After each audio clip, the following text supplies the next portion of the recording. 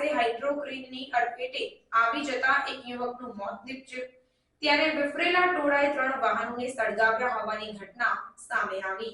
વડોદરા નજીક અનગઢ દરજીપુરા રોડ પાસે ગત રાત્રિ દરમિયાન હાઇડ્રોક્રીનની અડફેટે મસાણી માતાજીના મંદિરે ચાલતા દર્શન કરવા જઈ રહેલા 25 વર્ષીય યુવકનું મોત નીપજ્યું હતું, જેને પગલે લોકો રોષે ભરાયા હતા અને 3 જેટલા વાહનોને સળગાવી દેવામાં આવ્યા।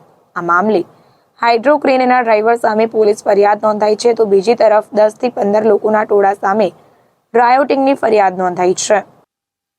મોડી રાત્રિ દરમિયાન 25 વર્ષીય અજીતસિંહ નટવરભાઈ ગોહિલ સહિત કેટલાક લોકો અનગઢ ગામ પાસે આવેલા મસાણી માતાજીના મંદિરે દર્શન માટે જઈ રહ્યા હતા। આ સમયે હાઇડ્રોક્રેન જઈ રહી હતી। હાઇડ્રોક્રેનના ચાલકે યુવકને અડફેટે લીધો હતો, જેમાં અજીતસિંહ ગોહિલ ગંભીર રીતે ઈજાગ્રસ્ત થયા હતા અને તેમનું સ્થળ પર જ કમકમાટી ભર્યું મોત નીપજ્યું, જેને પગલે આસપાસના ગ્રામજનોમાં ભારે રોષ જોવા મળ્યો। યુવાનનું મોત થતાં આસપાસના ગામોના ટોળા એકત્ર થઈ ગયા અને રેલવે ગરનાળામાં કામ કરી રહેલા ખાનગી કંપનીના વાહનોને આગ ચંપીને પોતાનો વિરોધ નોંધાવ્યો।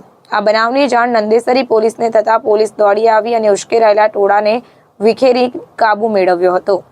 ઉશ્કેરાયેલા ટોળાએ ખાનગી કંપનીના 3 જેટલા વાહનોને આગને હવાલે કર્યા।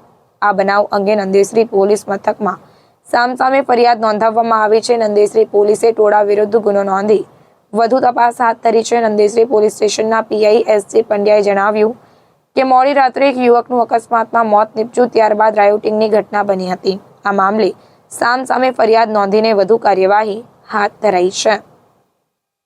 રિપોર્ટ નઝીર શેખ સાથે કેમેરામેન આરિફ સૈયદ, વડોદરા।